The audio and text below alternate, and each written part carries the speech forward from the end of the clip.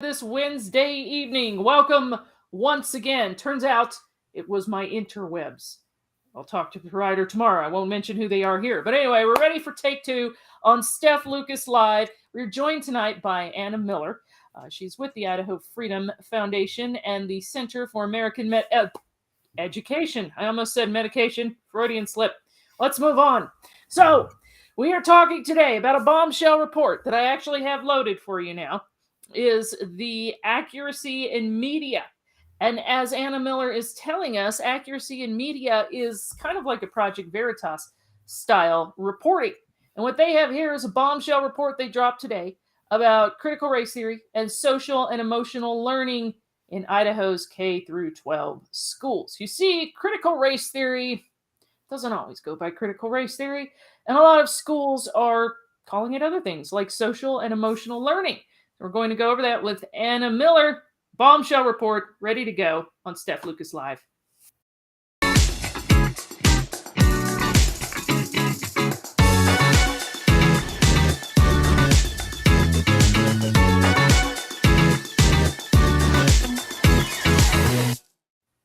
And we're back. So Steph Lucas Live tonight. Of course, education is factored heavily into this legislative session. It also factored heavily into the last legislative session in 2021 when Anna Miller, Wayne Hoffman were writing lots of articles and doing a lot of research on critical race theory, but they were also telling us at least a couple of years ago, at least a year ago that I've looked up, longer than that, Anna, I'm sure, that critical race theory is actually taught under other types of names like social emotional learning, mental health. But we're going to watch some clips here of this basically undercover report from Accuracy in Media. This just dropped today. What do you know about it? Yeah, so Accuracy in Media, they do investigations undercover all over the country. This particular report looks at 3 school districts in Idaho, Nampa, Boise, and Caldwell, talking to their administrators there and exposing how these administrators are purposely trying to deceive parents to the fact that they're teaching critical race theory simply by changing the names. They're calling critical race theory equity. Instead of saying that they're doing social emotional learning, they call it mental health curriculum, although that specific curriculum does include aspects of critical race theory. And so they're just trying to deceive parents, and they're doing this openly without shame. And it's a big problem, and parents need to understand that they're being gaslit.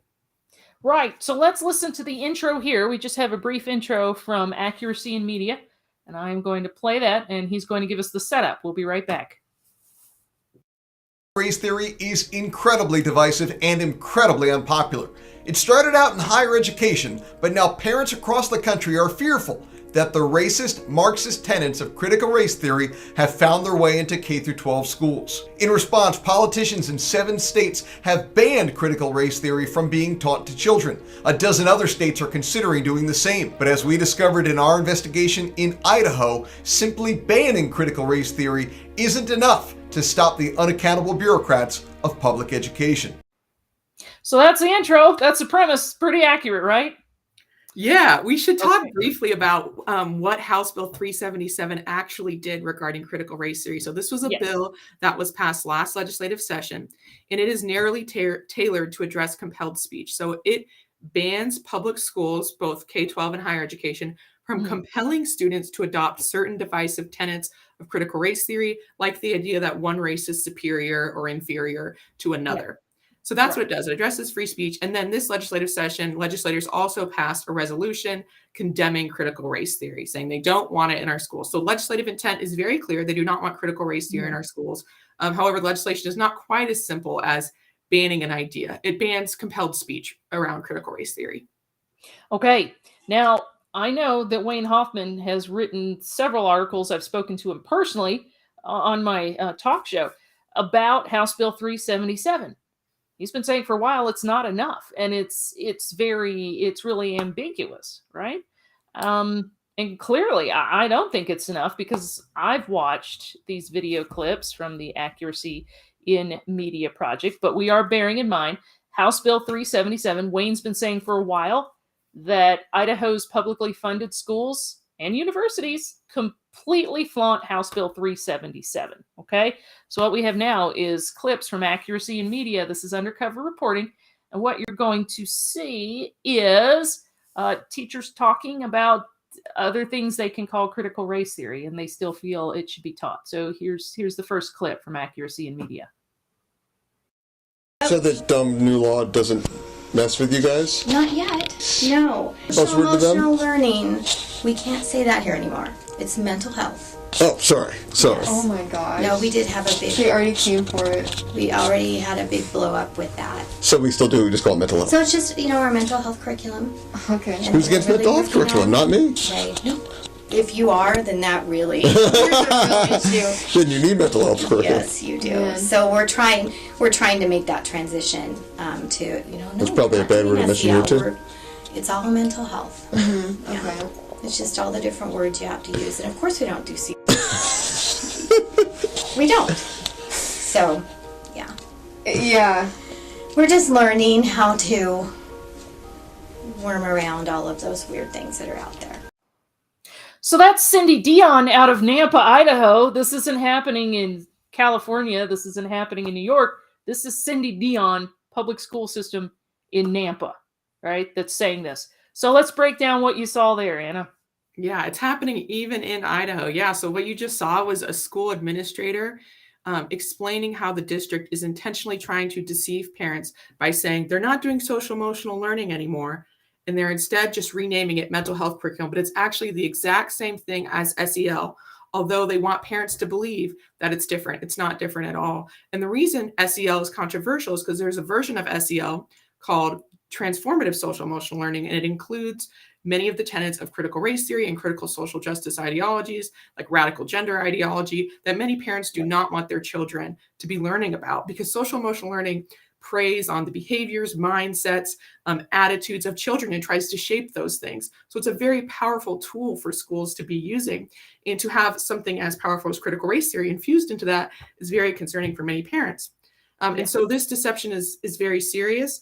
Parents need to wake up to the fact that just because they're calling it mental health curriculum now, as you saw in that video, it's the exact same thing as SEL. Nothing has changed except for the title. Right.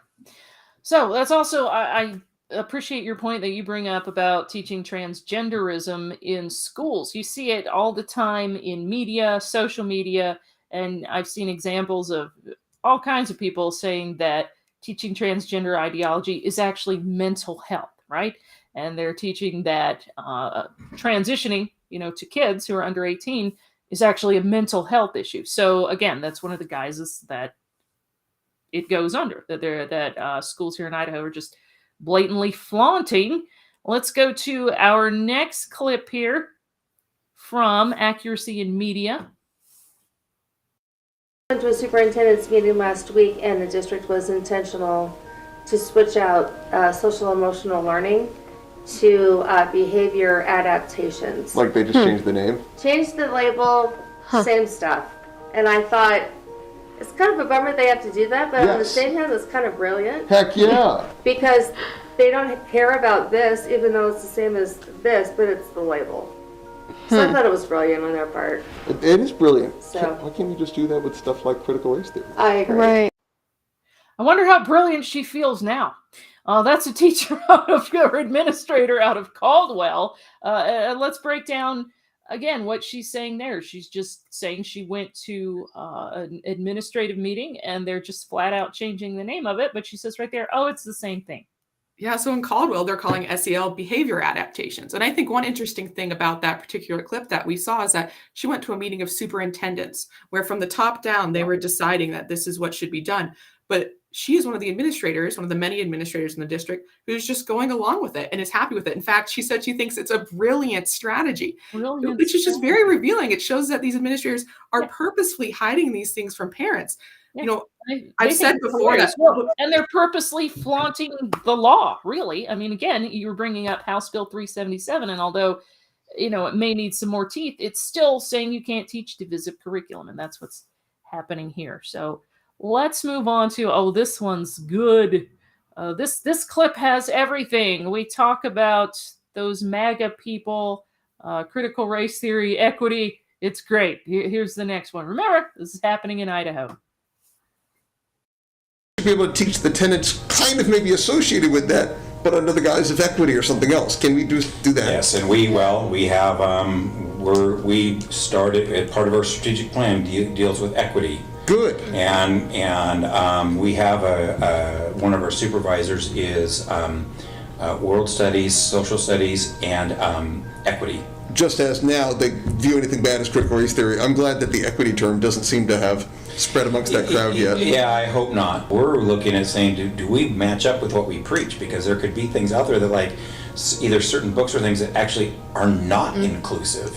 And I bet the idiot MAGA crowd just ignores it because it doesn't have the critical race theory name on it, right? Yeah, I hope so. Yeah. I hope so. The idiot MAGA crowd. So we have that. We also have Mark Jones out of Boise there. He looks like he's a teacher, possibly an administrator. And they're talking about how they disguise this in social justice equity. They have a teacher that does social studies and equity. I didn't get the entire, I should have written it down. There was a lot going on, but basically it's being disguised under social studies. Yeah, so I believe Mark Jones is a principal. I'm not sure his role might have evolved to administrator or something like that, but he's a high level within Boise School District. And what he's saying is that instead of saying critical race theory, we're teaching critical race theory, he's saying we're dedicated as a school system to equity. So equity is now replacing the term critical race theory. And the other thing that he mentions is that they've hired a new administrator who has equity in his title to help further their efforts towards promoting critical race theory, or as they now call it, equity. Right. Well, equity, I always say it's one of those red flag words. When you have diversity, equity, inclusion, that's another way it's disguised. So I think people are a little bit more familiar with that, but it is shocking, and maybe not so shocking, to find out that it's under the guise of, like you were saying, social studies. And let's talk about ways. We brought up House Bill 377, right? Basically, you can't be teaching divisive curriculum. Let's talk about what we just saw there with, I believe it's Mark Jones out of Boise. How is this maybe flaunting House Bill 377 a bit? So I think you could say that it's flaunting the legislative intent of House Bill 377. However, House Bill 377, again, it is narrowly tailored to address compelled speech. So it's not like, say, the law in Oklahoma that does address to some extent what is taught in the classroom and strengthens the civil rights law. Idaho's law specifically addresses compelled speech for students. It doesn't do anything to help teachers in divisive trainings. It doesn't actually necessarily change the type of curriculum schools are allowed to use. It addresses compelled speech, which there are many trainings and things that often include critical race theory that can be compelling to students, especially that are used in higher education, that this bill would prevent. But it doesn't necessarily prevent things like the 1619 Project or other aspects of critical race theory in curriculum. So that's really important distinction. But it's also important to understand that even in other red states like Oklahoma and all the other states that have passed really strong CRT bans, that it's actually not stopping what's being taught in the schools, because it's impossible to monitor hundreds of schools, thousands of classrooms, and thousands of teachers and administrators all at the same time. Bans simply don't work. They're unenforceable. But something that does work is transparency. And another thing that works is school choice. So if you can actually have schools put all of their curriculum and materials online for parents to view, then they can make a decision about whether or not they support that curriculum, whether or not they want it taught to their child, and whether or not they want their kid in that school. And then if you give families choice, and they can then choose whether or not to actually send their child to that school or to go elsewhere. So those are really the two most powerful tools that the legislature has in front of them going forward that they can enact to actually stop this kind of or not stop this kind of behavior, but to help families who oppose this, who think that CRT is against their own religious values, to be able to make other choices so that they're at least not forced into the system. Right. Help families navigate their way through this, I think. So this is just a bombshell report, I think, from Accuracy in Media. It's, what was that word they used in one of those clips? A bummer? Well, this is kind of a bummer that it comes out the last week of the legislative session, really. But Idaho legislators, how should they even go about taking a look at this? Like you're saying, the best way to combat this is school choice and transparency. So the Republican Party knows exactly what they need to do. School choice is on the Republican Party platform.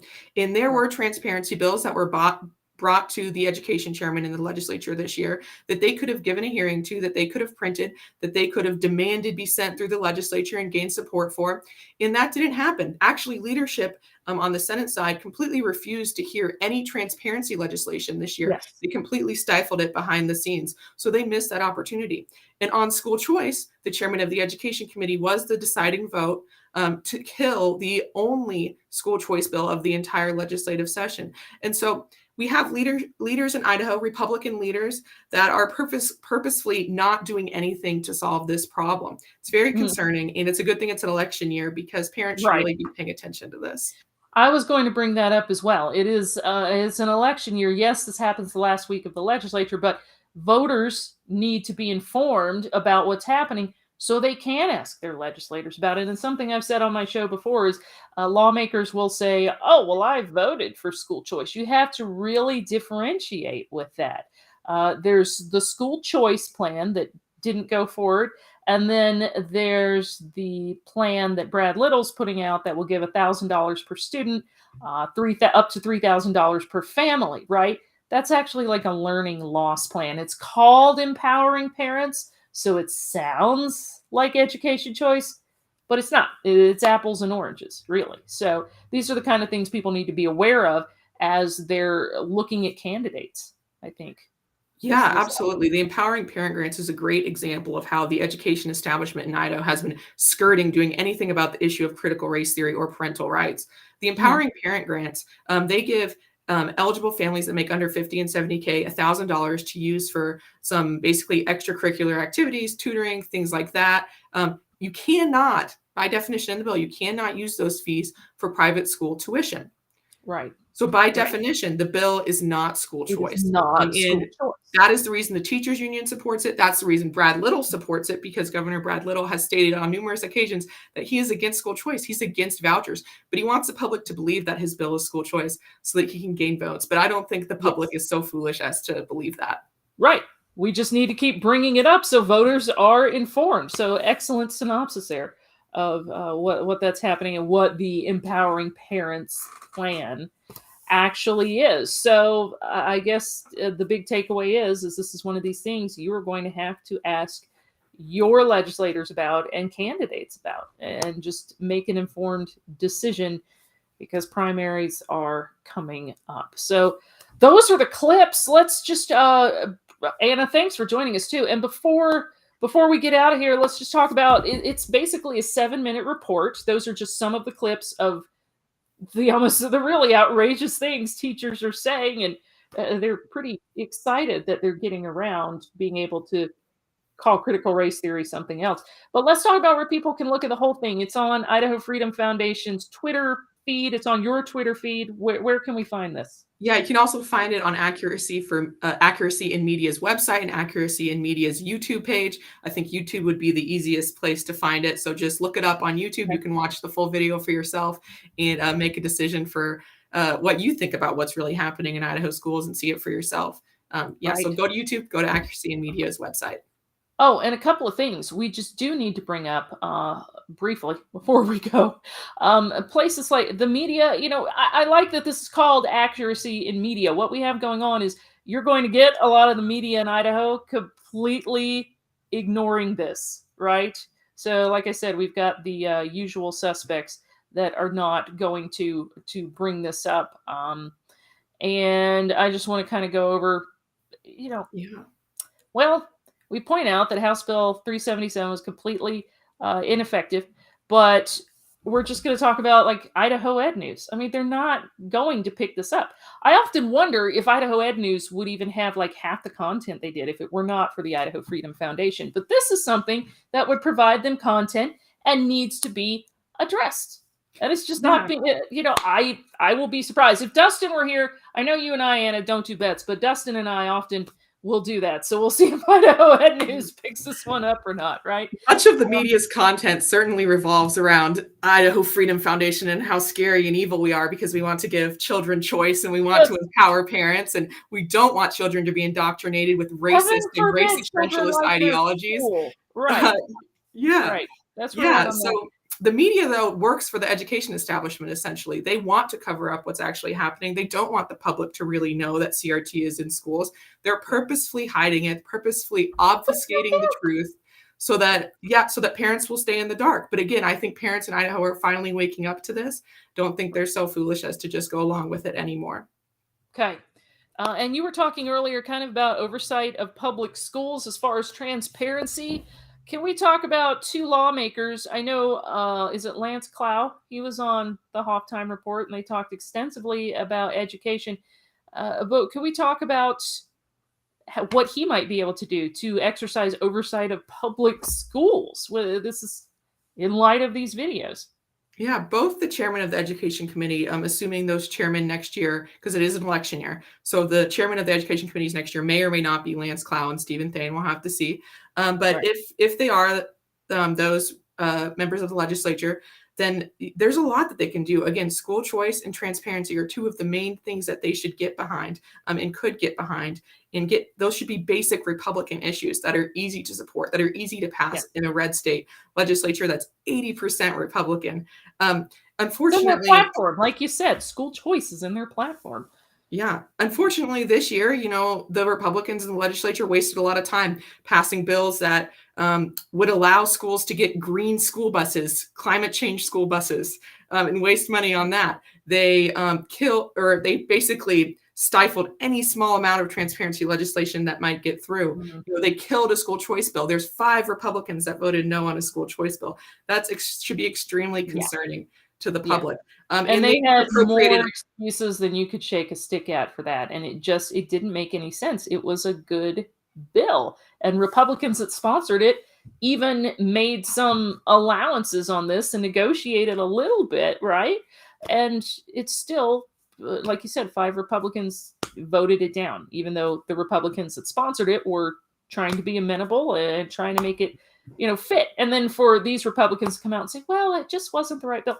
Well, when is it the right bill for school choice? When is it? Yeah, and any single one of these Republicans can bring a school choice bill of their own that they think is perfect and excellent and actually put the effort into doing that. But none of them will step up and do it. There were 2 sponsors on the bill that were willing to do it, Dorothy Moon and Gay Demorda, and I have the utmost respect for them for standing up for parents and for students on the issue of school choice. But yeah, Republicans, they vote these things down and then they give shoddy reasons for it. And they need to be held accountable for that. There's absolutely no excuse. If they don't like the bill, why don't they bring their own? There you go. That's pretty much it in a nutshell. So it's just been a fascinating discussion with you. I've been waiting all day to play these video clips ever since I saw the Accuracy and Media Report. And like you said, it could be viewed on the Facebook page. If you follow Idaho Freedom Foundation on Twitter or Anna on Twitter, they'll have it there as well. But watch the whole 7-minute clip. Good job by Accuracy in Media. So thanks so much, Anna, for joining us. Thanks everyone for sticking by me with our technical difficulties. We've got it all fixed, but we'll see you back here Friday night. Everybody have a great evening.